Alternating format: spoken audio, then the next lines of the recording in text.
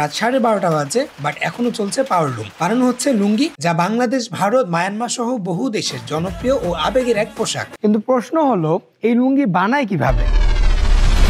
লুঙ্গি বানানোর জন্য প্রথমে সাদা সুতাকে বিভিন্ন রঙে রং করে ভালো মতো চেপে চেপে পানি ঝরিয়ে তা শুকানো হয়। শুকানো রং করার সুতা এনে মেশিনের সাহায্যে আটকানো হয় ববিনে। কিছু সুতাকে আটকানো হয় নলিতে। এরপর সেই সুতা দিয়ে প্যাটার্ন বানাতে নিয়ে যাওয়া হয় বিশাল চরকার মতো এখানে। ওনারা এই বিশাল গোল চরকার মতো যন্ত্রটিকে বলে থাকেন ডাম।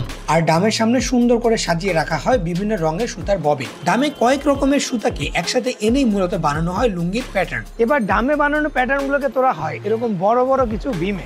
বিশাল এসব ভীমের ওজনও হয় অনেক বেশি। এই ভীম থেকে চলে যায় সানা বউতে ফাইনাল প্যাটার্ন তৈরির জন্য। অর্থাৎ লুঙ্গির ডিজাইন বা প্যাটার্ন বানানোর একেবারে লাস্ট স্টেজ হচ্ছে এই সানা বউ। এই স্টেজে একসাথে কাজ করেন 2 থেকে 3 জন। এবার সেই প্যাটার্ন গুলোকে এনে দেওয়া হয় পাওয়ার লুমে। আগে এই লুঙ্গি বানানো হতো হ্যান্ডলুম বা তাঁতে, কিন্তু এখন তা হারিয়ে গিয়ে পুরোটাই হয় পাওয়ার লুমে। ছানা টানার সুতা নিয়ন্ত্রণ করে আর সুতার নলি সহ মাকু ভেতর দিয়ে গিয়ে কাপড় বা লুঙ্গি বনে। ভোর 6টা থেকে শুরু হয়ে এই লুম চলে মধ্যরাত পর্যন্ত। ফাইনালি পাওয়ার লুমে রেডি হওয়া লুঙ্গি চলে যায় কিউসি বা কোয়ালিটি কন্ট্রোলের জন্য। এখানে চেক করার শেষে সেগুলোকে হাতে ভাঁজ করে ভালো মতো সেলাই ও ফিনিশিং দেওয়ার পর তা মেশিনে চাপ দিয়ে ছোট হলে চলে যায় ব্র্যান্ডিং এর জন্য। সবশেষে লুঙ্গিতে বিভিন্ন ব্র্যান্ডিং ট্যাগ লাগিয়ে পাঠিয়ে দেওয়া হয় দেশের ও দেশের বাইরের বিভিন্ন জায়গায়।